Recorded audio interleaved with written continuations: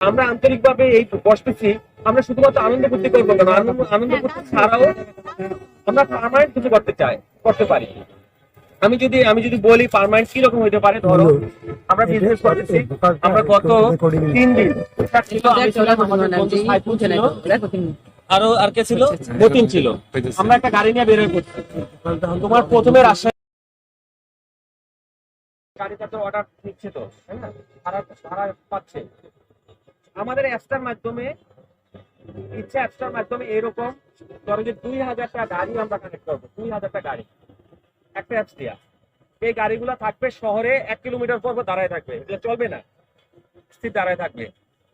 হ্যাঁ, আর গ্রাম অঞ্চলে থাকবে 5 কিলোমিটার পর পর। এই গাড়িগুলা চালাবে আমাদের 93 বন্ধুরা। তোমার ইচ্ছা ইচ্ছা নামে আমরা সুপার শপটা করতে চাই। সুপার শপ এটা অনলাইন না, এটা ফিজিক্যালি হবে, এবং এটার সাথে অনলাইনের একটা যুক্ত এই কারণে আছে যে ইচ্ছা শপ নামে আমরা যে সার্ভিসটা অনলাইনে করবো, এই সার্ভিসটা ভালোভাবে দেওয়ার জন্য একটা সময় আমাদের সুপার শপের দরকার হবে। এই জন্য আমরা সুপার শপটা করবো, বুঝছো? এই যে স্বপ্ন যেরকম করছে, আমরা আমাদের 93 বন্ধুরা এই সুপার শপটা আমরা সারা দেশে করবো এই প্ল্যান করছি। আমাদের সারা বাংলাদেশে বললাম না যে একটু 1 কিলোমিটার পর পর একটা সেল সেন্টার থাকবে। এই প্রত্যেকটা সেল সেন্টার মূলত পৃথক থাকবে, প্রত্যেকটা সেল সেন্টার পৃথক। এই সেল সেন্টারগুলো আলাদা লাইসেন্স, এদের ভ্যাট ট্যাক্সের আলাদা হিসাব, সব কিছু আলাদা। সেল সেন্টারের ব্যবসাটা একটা আলাদা ব্যবসা, এবং মূল কোম্পানি অর্থাৎ উবার যেই লাইসেন্স মানে অ্যাপসের যে ব্যবসা, সেটা কিন্তু আলাদা ব্যবসা, দুইটা আলাদা। কিন্তু আমরা আমাদের প্ল্যানিং এর মধ্যে দুইটা একসাথেই করতেছি প্যারালালি, বুঝছো? মানে ওই যে স্বামী স্ত্রীর মতো আর কি অবস্থা, যে একজনের সাথে সাথে আরেকজন যাবে এরকম। অর্থাৎ দুইজন কিন্তু আলাদা, এই মূল কোম্পানিটা আলাদা এবং সেল সেন্টার আলাদা। মূল কোম্পানির পার্টনার হয়েছে 4000, আর সেল সেন্টারের পার্টনার হয়েছে 2 জন।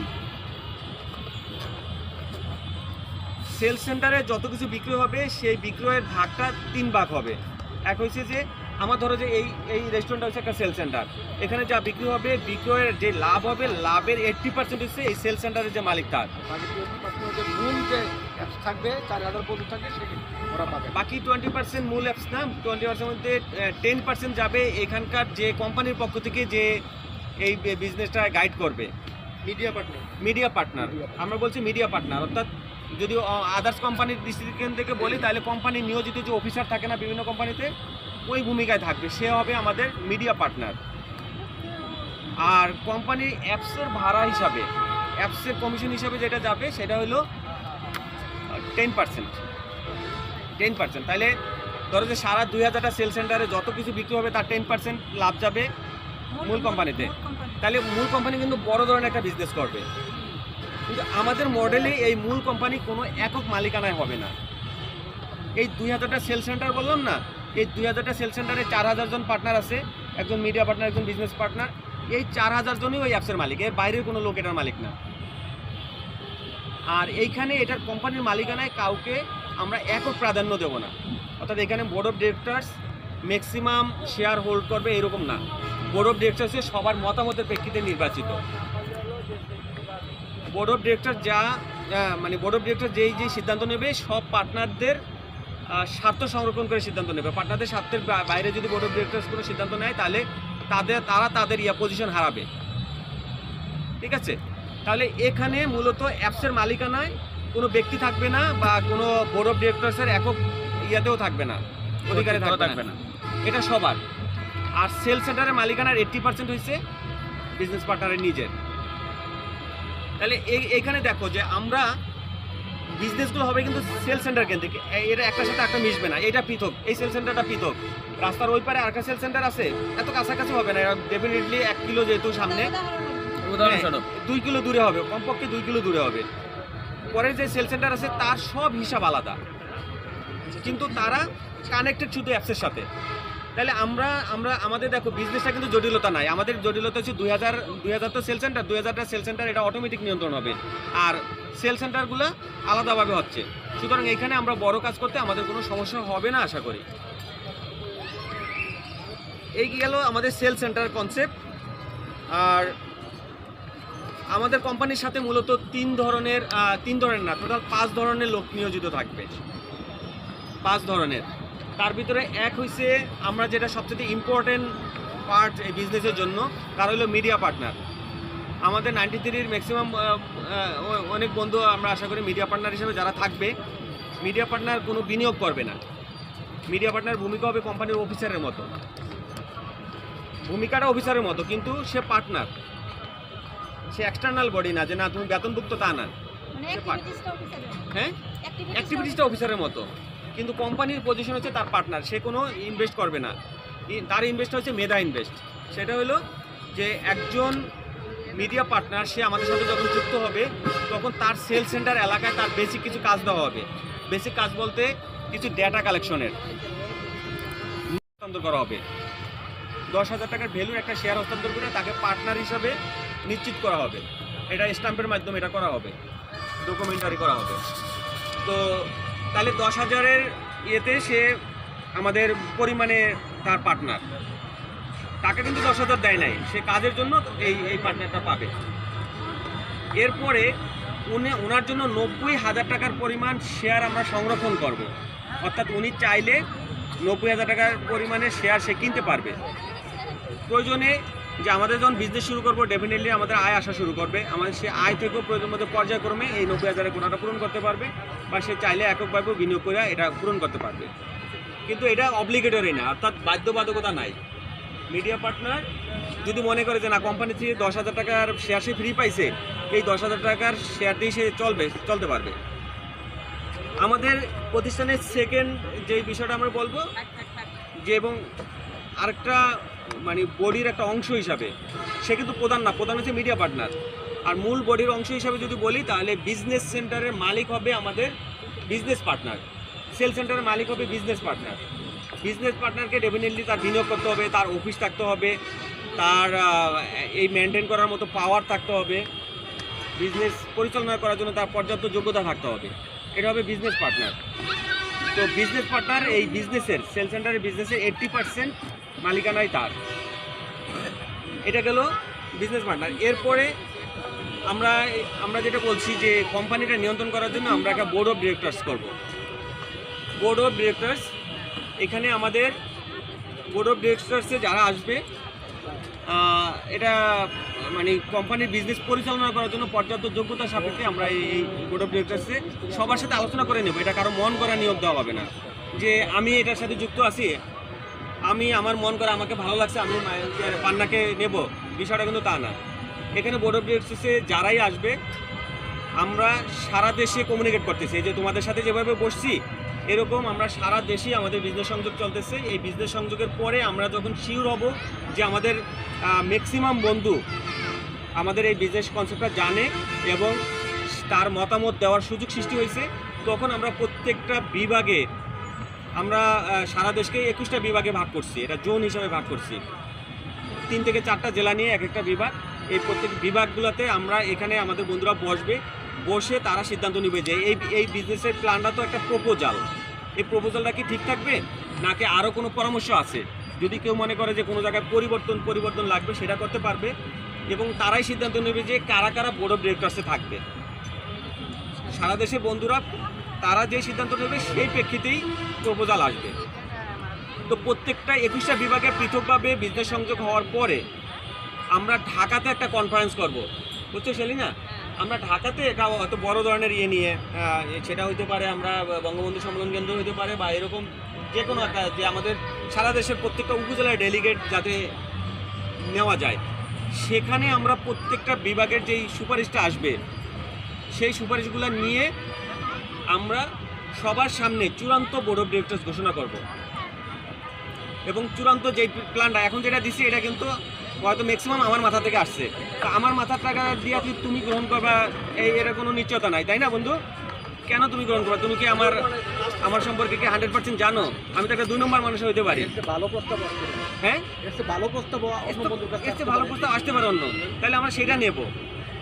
আর যাই আসুক না কেন প্রত্যেকের অংশগ্রহণের যদি সুযোগ না থাকে তাহলে সেটা গ্রহণযোগ্যতা থাকে না বন্ধু।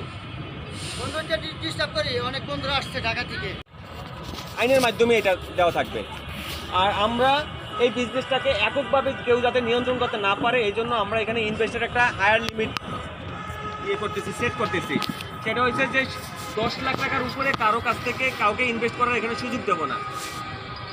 সর্বোচ্চ 10 লাখ টাকা ইনভেস্ট করতে পারবে, এর উপরে কেউ ইনভেস্ট করতে পারবে না। ইচ্ছে করলে কোটি কোটি টাকা ইনভেস্ট, হ্যাঁ ইচ্ছে করলে যে কোটি কোটি টাকা ইনভেস্ট করার সুযোগ না। কেউ যখন 10 কোটি টাকা ইনভেস্ট করবে সে করবে যে এই বিজনেস আমার, তোরা কি মাথা কাটা।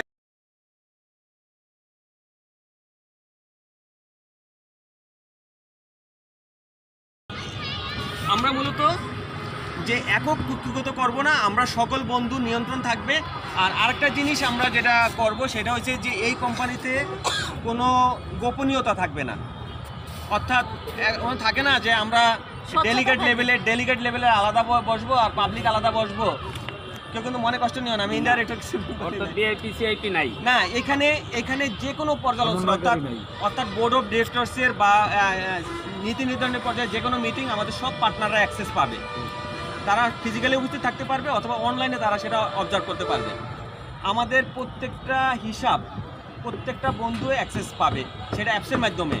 এবং আমরা যে বিজনেসটা করতে যাব, আমাদের প্রত্যেকটা বিজনেসের সাথে সাথে সেই বিজনেস থেকে যদি আমার একটা টাকা থেকে 10 টাকা আয় হয়, এই 10 টাকার সাথে সাথেই সেটা ডিসবার্স হবে এবং সেটা সিস্টেমে দেখা যাবে। অর্থাৎ আমরা প্রত্যেক সেকেন্ডে আমাদের বিজনেসের স্ট্যাটাসগুলো আমরা জানতে পারবো।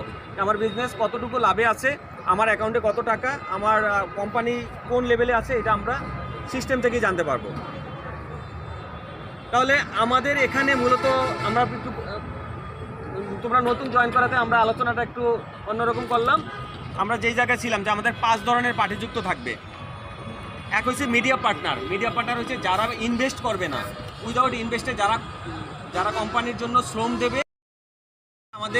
আমাদের এই কোম্পানির মাধ্যমে সে 1 লাখ টাকা পর্যন্ত আমরা শেয়ার তাকে দেওয়ার ব্যবস্থা করেছি। সে টাকা দেবে না, কিন্তু 1 লাখ টাকার ভ্যালুর আমরা শেয়ার দেব। এরকম 2000 মিডিয়ার পার্টনারকে আমরা 1 লাখ টাকার ভ্যালুর শেয়ার দেব। অর্থাৎ 20 কোটি টাকার একটা বিষয় আমরা 20 কোটি না, এখানে 2 কোটি টাকা হচ্ছে, 2 কোটি টাকা আমরা সংরক্ষণ করে রাখছি যে মিডিয়া পার্টনারকে 10,000 টাকা পরিমাণ শেয়ার বিনামূল্যে দেব, আর বাকিটা সে পর্যায়ক্রমে করতে পারবে। এগুলা বিশ্লেষণটা ভিতরে হবে বা জানা যাবে। আর আমি আরেকটা জিনিস, যারা হচ্ছে বিজনেস পার্টনার, অর্থাৎ এই সেল সেন্টারগুলো যে বিনিয়োগ করবে, যে এখানকার বিজনেসের 80% অংশ যে মালিক হবে সে হচ্ছে বিজনেস পার্টনার। আর বিজনেস পার্টনারের বাইরে যে থাকবে সেটা হলো ডিরেক্টর। আমরা এই কোম্পানির সর্বোচ্চ 50 জনকে ডিরেক্টর করতে পারবো। বর্তমান আইন অনুযায়ী প্রাইভেট লিমিটেডে 50 জনকে করা যায়। যদিও আমরা এটা কিন্তু পাবলিক লিমিটেড করার প্ল্যান আছে, আমরা শুরু করার পর এটা পাবলিক লিমিটেডে যাব। তো এখন আমরা 50 জনকে ডিরেক্টর করতে পারবো। এই 50 জন যারা ডিরেক্টর হবে তারা মূলত সারা বাংলাদেশের বন্ধুদের সাথে আমরা এভাবে বসবো। এখানে তোমাদের সাথে যেরকম বসছি এরকম সব জায়গায় বসবো, বসে সবার সুপারিশ ক্রমে আমাদের ফাইনাল হবে। কিন্তু ফোনটা আমাদেরই খুলনা থেকে ফোন করছে। আচ্ছা, আমি পরে কথা বলে নেব। আমরা সারা দেশে প্রত্যেকটা বিভাগে বন্ধুদের সাথে বসে তাদের সুপারিশটা আমরা নেব, তাদের পরামর্শক্রমে আমরা সিদ্ধান্ত নেব। এবং প্রত্যেকটা বিভাগে মিটিং শেষ হওয়ার পরে আমরা ঢাকাতে আমরা বড় একটা কনফারেন্স প্লেসে আমরা কনফারেন্স করব। সেখানে আমাদের প্রত্যেকটা উপজেলার প্রতিনিধি থাকবে। আমরা তাদের কাছ থেকে সুপারিশ ক্রমে তারা এই যে কাগজটা আমরা দিছি, এই কাগজটা সবার হাতে দেব। এই কাগজটা দেওয়ার পরে এখানে আমরা অনেকগুলো বিষয় আছে, আমাদের বিজনেসের কী কী বিজনেস করব, প্লাস এখানে আমাদের বাজেট কী হবে, আমরা কীভাবে করব, সব কিছু লেখা আছে। তো এইটার উপরে সে কোনো জায়গা থেকে যদি দ্বিমত থাকে তাহলে সে এখানে লিখতে পারবে, অথবা সে আলাদা কাগজে তার সুপারিশ দিতে পারবে। এরকম বিভাগীয় লেভেলের বন্ধুরা যেই পরামর্শ দেবে সেটা আমরা একসাথে কনসুলেট করব, সেটা নিয়ে আসবো আমরা সেন্টারে। ঢাকা আমরা সম্মেলনের মাধ্যমে ফাইনালি আমরা যেই সিদ্ধান্তটা নেব সেইটা হবে চূড়ান্ত। আমরা এখন যেটা দিচ্ছি এটা হচ্ছে প্রপোজাল। ঢাকাতে সবাই সর্বসম্মতিক্রমে যেটা আসবে সেটা হবে চূড়ান্ত। এবং সেইখানে যারা ডিরেক্টর হবে সারা দেশের বন্ধুদেরকে নিয়ে মানে এই আমরা বোর্ড অফ ডিরেক্টর করবো। আমার ইচ্ছা আছে যে আমরা 21টা বিভাগকে আমরা সাধারণত 21টা জোনকে ভাগ করছি, বাংলাদেশকে 3 থেকে 4টা জেলা নিয়ে এক একটা জোন, এভাবে 21টা জোন ভাগ করছি। আমি চাচ্ছি যে প্রত্যেকটা জোন থেকে অন্তত একজন ডিরেক্টর থাকুক। এছাড়া আমরা বিভিন্ন বিজনেস ভিত্তিক যে বিজনেসে এক্সপার্ট দক্ষতা ভিত্তিক বিজনেস ভিত্তিক আমরা আলাদাভাবে ডিরেক্টর আমরা কানেক্ট করতে চাচ্ছি। তো এভাবে আমরা মূলত ডিরেক্টর হিসেবে যুক্ত করব। তাহলে আমি 3টা জিনিস বলছি, মিডিয়া পার্টনার যারা বিনিয়োগ করবে না কিন্তু শেয়ার হবে, বিজনেস পার্টনার যে মূল বিনিয়োগ করবে, আর ডিরেক্টর যে হয়েছে যে কোম্পানি পরিচালনায় যুক্ত থাকবে। আমরা ডিরেক্টরের ক্ষেত্রে একটা বিষয় আছে যে এখানে ডিরেক্টর হিসেবে কেউ আসতে গেলে চাইলে আমরা এখানে 10 লাখ টাকার যে ইনভেস্ট করবে তাকেই ডিরেক্টর হিসেবে করব, এরকম একটা বিষয় রাখছি।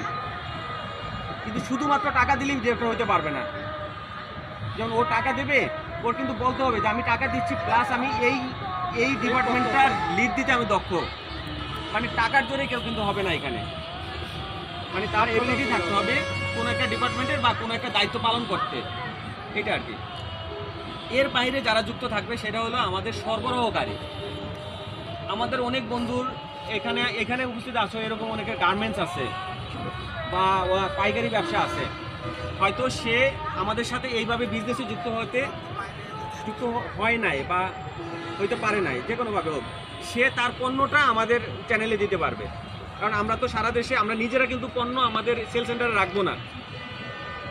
আমাদের প্রত্যেকটা পণ্য প্রত্যেকটা সেবা এক একটা প্রতিষ্ঠান সরবরাহ করবে। আমরা কিন্তু নিজেরা কোনো পণ্য বা নিজেরা কোনো সরবরাহকারী না, আমরা হচ্ছে সহায়তাকারী।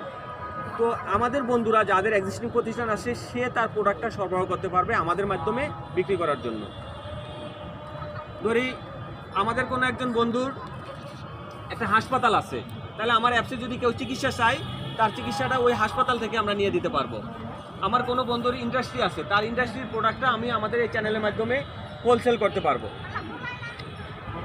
তাইলে গেল সরবরাহকারী। আর 5 নম্বরে যারা যুক্ত থাকবে তারা হচ্ছে ডেলিভারি পার্সন। ডেলিভারি পার্সনটা আসলে সেটা কাজ করবে ওই যে সরবরাহকারীর কাছে।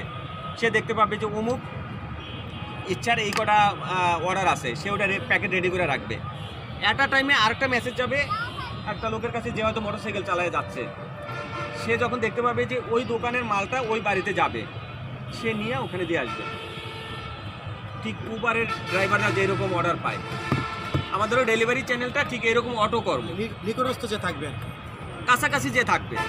আর আমরা যখন সেল সেন্টার করবো তখন এরকম মোটরসাইকেল না, এর পাশে কিছু লোক ঘুরঘুর করবে যে আমাদের অর্ডারটা নেওয়ার জন্য। আমরা জানি যে যেখানে অর্ডার বেশি সেখানে মোটরসাইকেলগুলো দাঁড়ায় থাকে।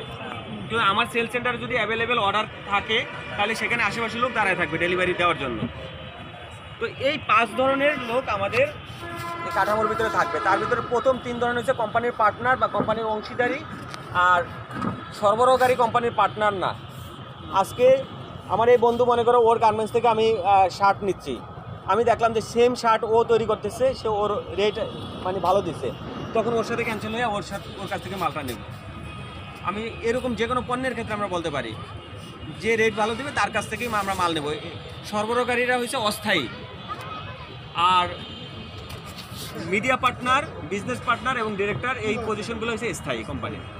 ডেলিভারি পার্সন এবং সরবরাহকারী এরা সবাই অস্থায়ী।